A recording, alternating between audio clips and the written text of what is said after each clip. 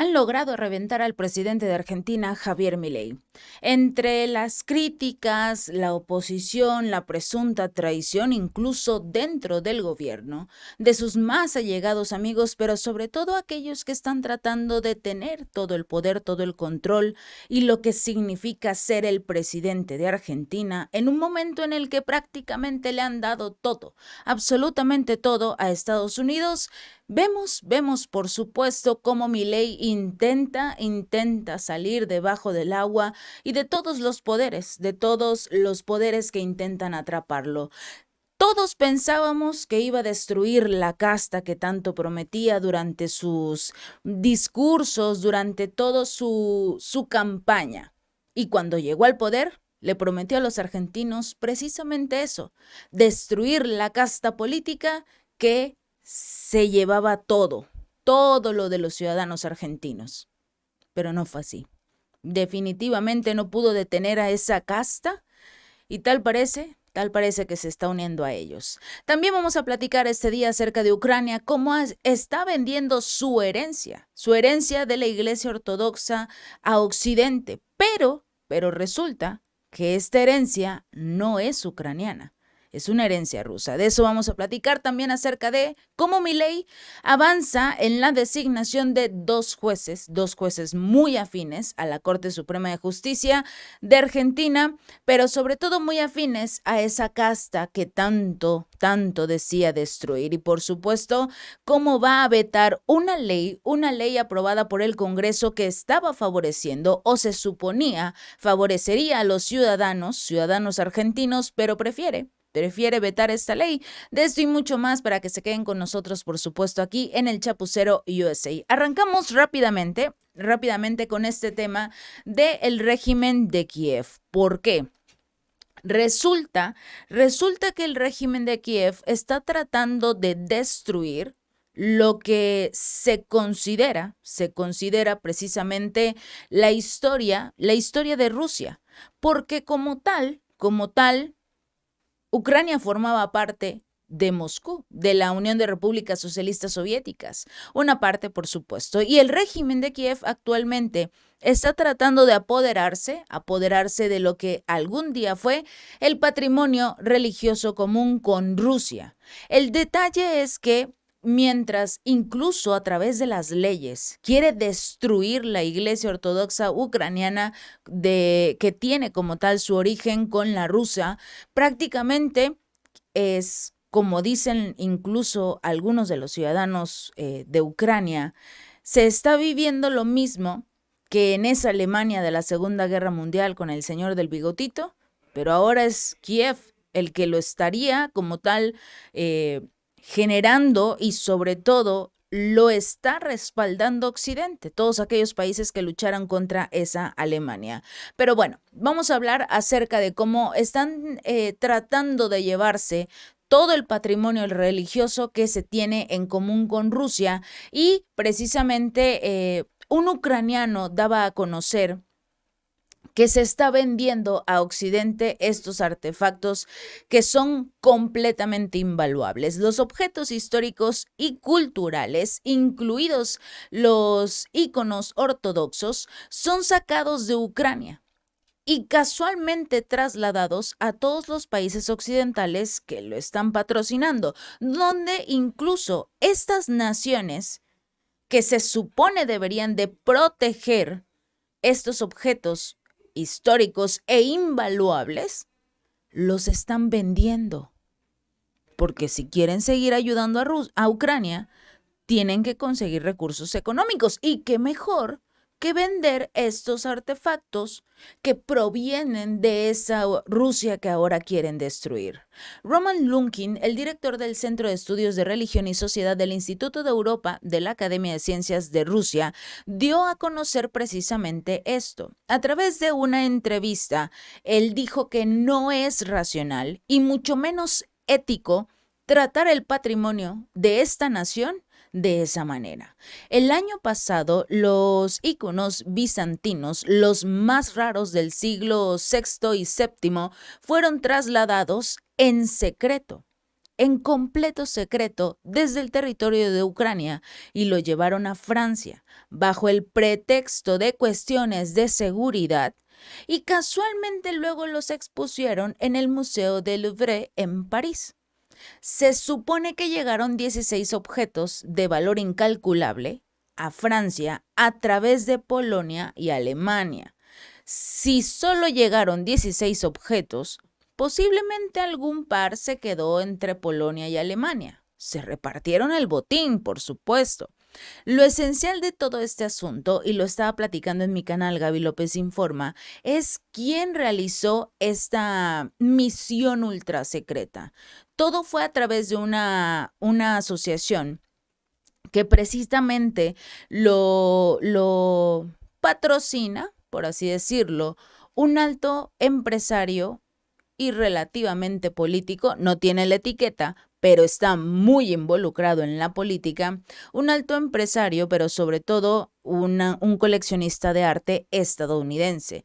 Él prácticamente surgió gracias a este famoso empresario George Soros y todos los detalles de este personaje lo tenemos en mi canal Gaby López Informa. Pero lo interesante es que este sujeto es el que ayudó a la asociación para que el año pasado sacara de contrabando, porque el retiro de estos objetos fue en absoluto secreto, que nadie se diera cuenta, que nadie supiera estas barbaridades que estaba cometiendo el régimen de Kiev.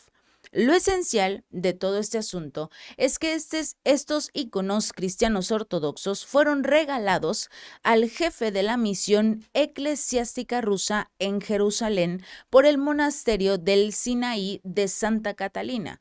Los artículos que se robaron los habían entregado a mediados del siglo XIX y eran prácticamente patrimonio ruso.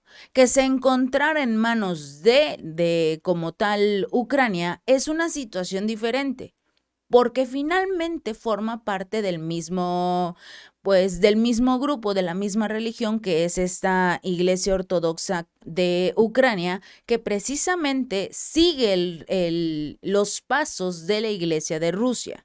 En 1940, el gobierno soviético trasladó estos íconos al Museo de Arte Occidental y Oriental de Kiev, que hoy es nombrado el Museo de Arte de Kanenko, donde se conservaron después de la Gran Guerra Patria. No se sabe si se van a devolver, cuándo se van a devolver o ahora quién los tiene, porque se exponen en los grandes museos de Occidente y reciben grandes recursos por ello. El 26 de junio del año pasado, el Servicio de Inteligencia rusa del exterior informaba los planes de Kiev de retirar estos objetos de valor y reliquias cristianas del Kiev Perchers Labra y también enviarlos, que era su plan, enviarlos a Europa para salvarlos de los ataques con misiles rusos. Pero lo más importante es que jamás se han atacado los museos.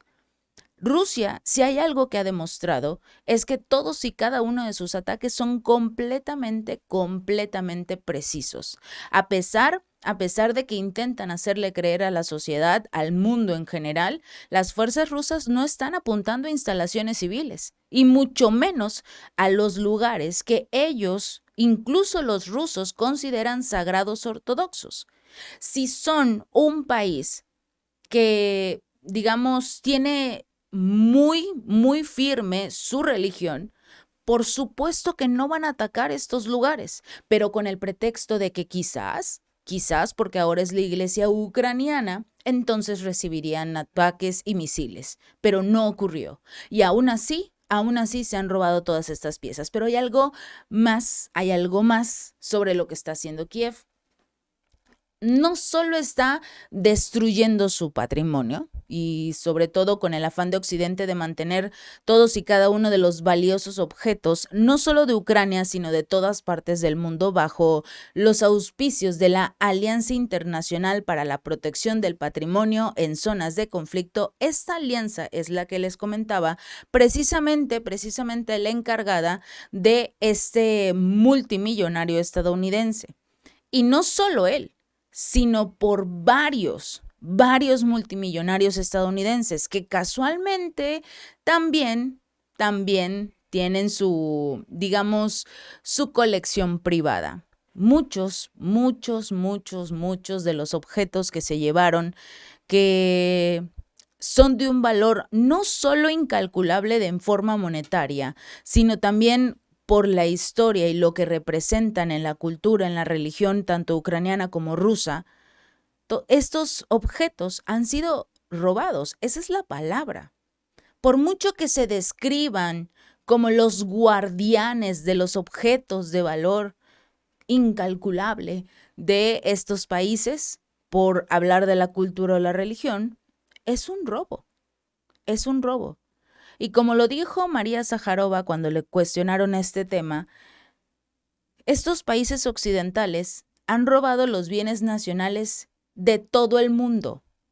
Sus museos pueden ser descritos como los guardianes, pero son, simple y sencillamente, lugares donde exhiben lo que se han robado en su intento de colonizar todo el mundo.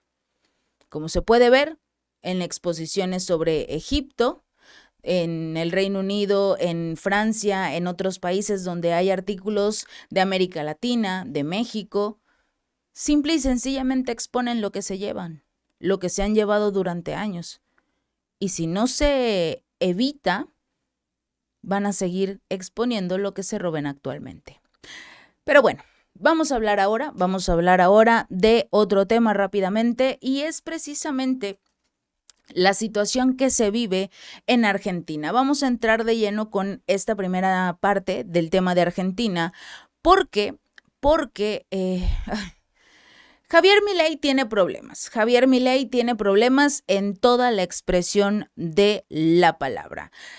Digamos que llegó un momento en el que Milei se está sumando a personas, a personajes que no son de beneficio para él, tanto político como en general sus ideas no son favorables.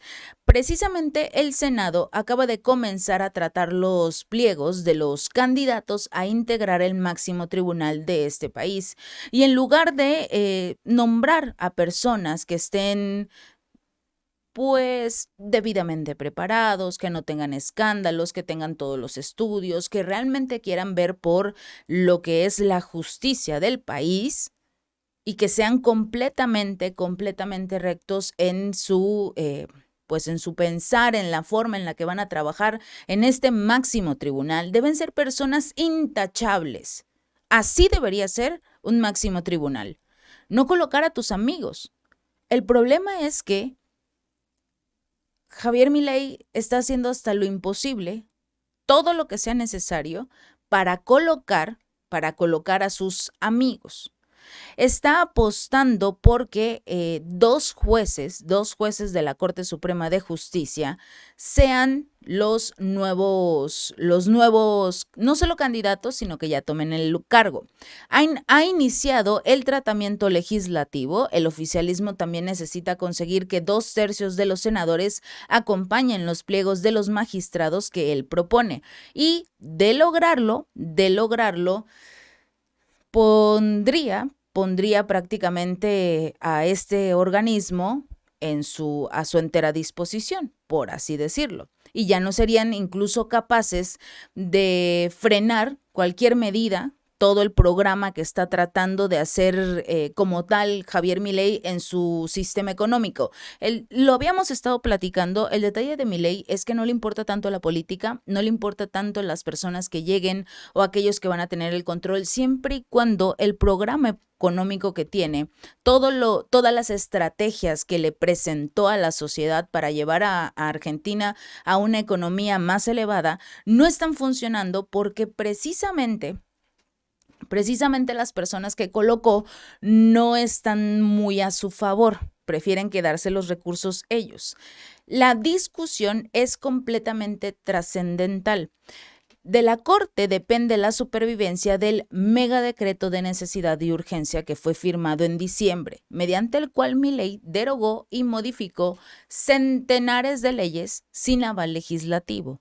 En caso de dictar su inconstitucionalidad, el tribunal podría echar por tierra un pilar fundamental de su trabajo. Por eso, ahora propone a Manuel García Mansilla y Ariel Lijo, quienes ingresarían en reemplazo de Juan Carlos Maqueda, que es el próximo a cumplir 75 años y por ende tendría que jubilarse. Y el otro cargo sería el de Elena Hickton de Nolasco, quien dejó su cargo en el 2021. Mientras el primero es un célebre abogado del ámbito académico, ideológicamente afín al conservadurismo de Milei, sobre todo el segundo pesa sendos cuestionamientos en torno a su proceder en el fuero federal. Tras la salida de Hickton de Nolasco, el máximo tribunal quedó integrado por 4 hombres, razón por la cual diversas organizaciones civiles alertaron sobre la necesidad de que una de las que reemplace sea una mujer. Esta es apenas una de las razones que despiertan, digamos que la resistencia de un sector de la política. Pero aquí no debería de ser solo si es una mujer o no. Debería de ser la persona que realmente esté preparado, que realice un examen completamente minucioso y perfecto de lo que son las leyes de Argentina. Tiene que llegar al máximo tribunal una persona completamente preparada. Por eso también se están tratando de alejar, sobre todo porque el hijo no tiene la capacidad, o bueno, no tiene las credenciales necesarias. Además de que lleva por encima varias denuncias realizadas en el Consejo de la Magistratura, el organismo que es responsable de la remoción de los jueces, por presuntos casos de corrupción y enriquecimiento ilícito. Si el magistrado que estás proponiendo tiene prácticamente, digamos, una carpeta de investigación por presuntos casos de corrupción y enriquecimiento ilícito, ¿qué haces presentando su nombre? Si se supone que lo que querías hacer y lo que le prometiste a los ciudadanos era eliminar esa casta, alejarte de esas personas que estaban haciendo corrupción y sobre todo se enriquecían de forma ilícita. ¿Por qué lo quieres poner ahí? Porque sería una persona afín a él y le va a deber a Javier Milei su cargo de juez de la Suprema Corte. Digamos, Lijo se ha puesto al frente de sensibles causas como la que investiga el encubrimiento del atentado a la AMIA, además de otras que pesan sobre el expresidente Mauricio Macri o la que enfrentó Amado Beaudou en el 2014, entonces vicepresidente de Cristina Fernández de Kirchner. Las impugnaciones en torno al candidato oficialista son de tal magnitud que, de hecho, volvieron a levantar el repudio de la mismísima vicepresidenta Victoria Villarruel. Esto ha generado una mayor crisis interna desde la asunción del gobierno. Prácticamente Victoria Villarruel y Javier Milei no se llevan mucho. Y si sumas al hecho de que no se llevan tampoco su hermana y su vicepresidenta, entonces obviamente va a tener graves problemas Javier Milei en casa, o bueno, por lo menos en el interior. Vamos a escuchar brevemente el mensaje de la vicepresidenta de Argentina, Victoria Villarruel, mientras habla acerca de este tema de al hijo, sobre todo porque no lo quieren como juez, y es lo que ha fracturado esta pequeña alianza que tenían ambos mandatarios. No estoy de acuerdo con la candidatura del juez Lijo, principalmente por razones prácticas. Creo que está reemplazando la banca de una mujer. Hay mujeres brillantes dentro del ámbito del derecho, con lo cual me hubiera gustado que la candidata para esa banca fuera una mujer. Y lo digo desde quien no es feminista, sino simplemente está pensando en una cuestión de simple justicia. Y en segundo término, es un juez que ha lesionado mucho los vínculos a raíz de su candidatura, es decir, ha partido mucho a la sociedad su candidatura, entre aquellos que están a favor o en contra. Es un juez controversial, es un juez que no contaría, tomándolo dentro de la brevedad de la conversación que estamos manteniendo, no contaría con los pergaminos necesarios para ser juez de la Corte Suprema de Justicia de la Nación. Y además, y principalmente, un juez de la Corte Suprema de Justicia de la Nación es una de las garantías de seguridad jurídica, de confianza de un país y del control de constitucionalidad sobre los actos del Ejecutivo. Precisamente esta resistencia de Villarroel no es de alcance solo simbólico, considerando que la Libertad Avanza necesita conseguir el apoyo de 48 de los 72 legisladores de la Cámara Alta y que cuenta con apenas 7 bancas propias. La unidad interna resulta completamente crucial. Y esta elección que tiene este funcionario definitivamente no le ha dado la oportunidad y mucho menos, digamos, el respaldo de su propio partido. Nadie quiere, porque se supone que eso hacía su gobierno, nadie quiere que la casta regrese y eso es lo que parece que estaría realizando el presidente Javier Milei. Y si uno piensa, bueno, ya Milei ya tiene este tema del personaje que nadie quiere, ya tiene sus problemas internos, ya como tal la ciudadanía se está dando cuenta que eso de destruir la casta no era tan real como les hizo creer. Ahora se suma un nuevo revés al gobierno, sobre todo porque el Congreso acaba de aprobar precisamente este jueves la Ley de Movilidad Jubilatoria en una votación en la cual los bloques de Unión por la Patria y la Unión Cívica Radical acordaron acompañar el proyecto que llegó de diputados con Media Nación. Los ciudadanos, obviamente, cuando se han visto sobre todo perjudicados por todo este tema de ser despedidos y ya no tener jubilación y prácticamente lo perdieron todo y ya no tienen para comer y la situación económica en Argentina es complicada, le sumas al hecho de que el gobierno de Javier Milei no quiere que los jubilen. No quieren que los jubilen. Dijo el presidente que va a dejar sin efecto esta ley. En materia económica es el peor momento de los jubilados desde la vuelta de la democracia en 1983. Mirta Tundix es exdiputada y ahora especialista previsional, dio un comentario, dio una entrevista donde señalaba precisamente esta situación, porque Javier Milei confirmó su cierre a la ley, que iba a vetar esta ley, argumentando que tiene como único objetivo destruir el programa económico del gobierno, que él está implementando. Recordemos que eso es lo que defiende, su programa económico. No le interesa si los ciudadanos, sobre todo los adultos mayores, van a recibir un apoyo, van a recibir su jubilación, que legalmente les corresponde después de haberle dado a su país años de servicio, y ahora resulta que no. No, porque esa jubilación perjudica mi plan. Y lo principal en este gobierno es el plan económico de Milei. De acuerdo con diversos analistas, esta ley es positiva porque en uno de sus artículos marca que el aumento de las jubilaciones va a estar enganchado a la variación de los salarios de los trabajadores, pero sobre todo a la inflación.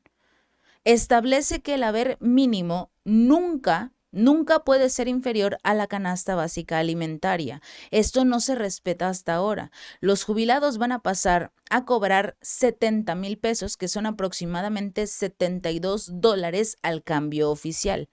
Van a cobrar 70,000 pesos más. 5 millones de jubilados en este país cobran los haberes mínimos. Argentina tiene el costo de vida más alto de la región por la inflación que le dio Javier Milei por su modelo económico. No solamente los niños se van a dormir sin comer, sino que muchos jubilados sufren exactamente lo mismo. La falta de sensibilidad, y aquí ya nos vamos ya no solo en la política de Milei, sino la falta de sensibilidad es lo que liberó los precios de los medicamentos, quitó los subsidios a los servicios básicos y no le importa si los argentinos tienen para subsistir o no, siempre y cuando su plan funcione. El presidente sabe que no va a pasar por los mejores días porque si no, estaría de tour por México como había dicho en estos momentos. La intención era hacerlo, pero sacan la ley y Javier se tiene que regresar. Tienen todos estos problemas con la elección de los magistrados y ya no puede ahora irse de paseo a México. Ya lo hizo en Europa, se fue a Davos, se ha ido a todas partes, a Bruselas cuando fue una reunión y sobre todo a Suiza cuando fue a cumplirle a Estados Unidos, a respaldar a su amigo a respaldar a lo que sería el presidente ucraniano Volodymyr Zelensky para la Cumbre de la Paz, que fue una ridiculez, pero bueno, también viajó a este país. Se la pasaba de tour. Mientras la economía de estos países, de estos ciudadanos, no avanza y ahora les quiere quitar incluso la jubilación justa, digna a los ciudadanos. Recordemos una cosa, para Milei, el que le pagues la jubilación justa a los ciudadanos destruye su modelo económico, pero que los senadores se aumenten el salario cada uno 2 millones de pesos, no importa, sería normal. Que lo dijo muy bonito en su mensaje, ellos son unos traidores, no es posible que estén haciendo esto, y se supone que no se van a aumentar el sueldo, ya después de toda la presión se supone que no lo van a hacer, pero la palabra clave es se supone.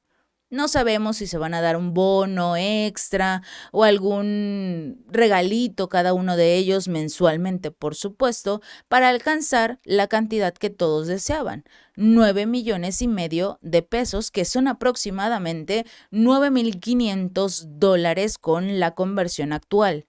Esto quiere decir que cada uno de los senadores de este país estaría ganando casi 200,000 pesos mexicanos. Está bien que lo hagan. El problema es que cuando le toca realmente al pueblo recibir ayuda, o recibir en este caso justicia, para Milei no son prioridad. La prioridad de él es su modelo económico y que funcione su modelo económico. Si es que en algún momento lo va a hacer. Si este video te gustó, no olvides darle like y compartir. Nos vemos la próxima.